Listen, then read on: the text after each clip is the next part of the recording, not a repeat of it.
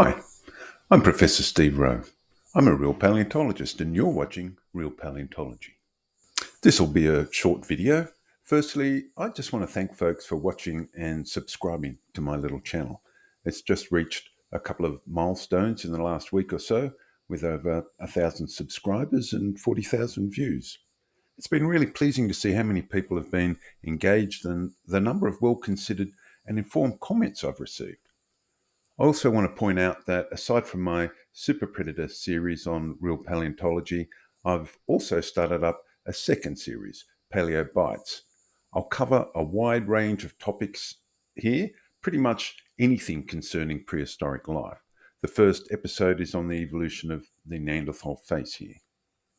But the main thing I want to address today is that based on your feedback, I reckon I need to more clearly define how I classify and rank super predators.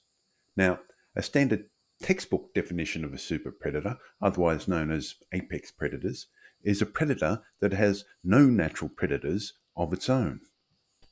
Another common definition is a predator at the top of its food chain. In scientific jargon, this is the highest trophic level. Trophic level is a pretty straightforward concept. The chain begins with a primary producer at the first trophic level. It typically gets its energy from the sun.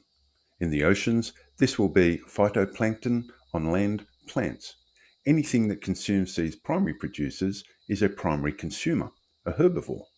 Anything that eats this herbivore is by definition, of course, a predator.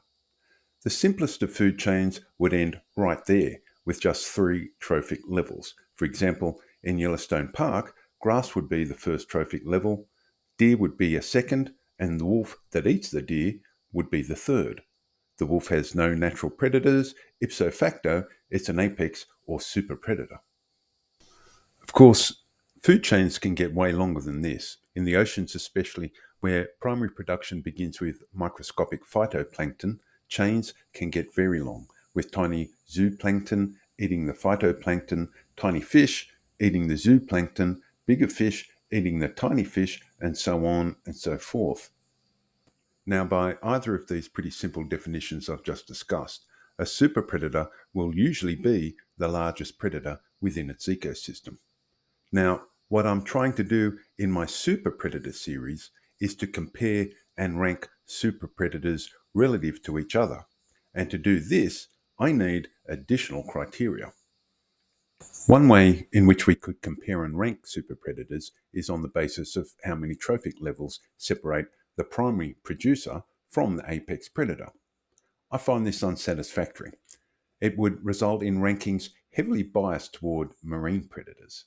More importantly, predators are by definition killers, and my aim is to determine which super predators were the most effective killers relative to each other. Whether there were 3 trophic levels or 30 is irrelevant here. Another way that we might rank super predators is on the basis of efficiency. For example, lions have a kill success rate of below 35%, whereas Cape hunting dogs have a kill success rate as high as 90%. Spotted hyenas have a higher success rate than lions too. One-on-one, of course, lions can kill hunting dogs or hyenas, but if the numbers are in their favour, hyenas in particular are known to chase off lions and occasionally kill them. So, using kill efficiency as a major metric, we would rank the hyena above the lion. But regardless, efficiency is of no use to me in this series because we simply can't assess the kill efficiency of extinct predators. So I've devised my very own 3-tiered super predator ranking system. One obvious fact to consider is that in many instances the potential super predator is an omnivore that gets most of its dietary requirements from plants. An obvious example here would be a grizzly bear. Grizzlies certainly can actively hunt and kill, but as much as 90% of their diet consists of plants. So I'm calling the grizzly out as a low-order super predator.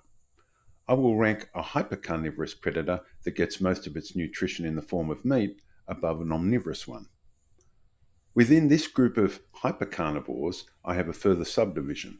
The first comprises hypercarnivores with no natural predators that regularly prey on animals smaller than themselves. An example here would be the polar bear, which typically preys on juvenile seals. I'm calling this a middle order superpredator. And lastly, we have hypercarnivores with no natural predators that regularly prey on species larger than themselves. Obvious examples here would be a tiger or an orca. I'm calling these high-order superpredators. This system is obviously arbitrary, but it makes sense to me. If anyone else wants to rank superpredators by different criteria, please go ahead. I'm just explaining my reasoning. I'll be happy to hear what you think in the comments section.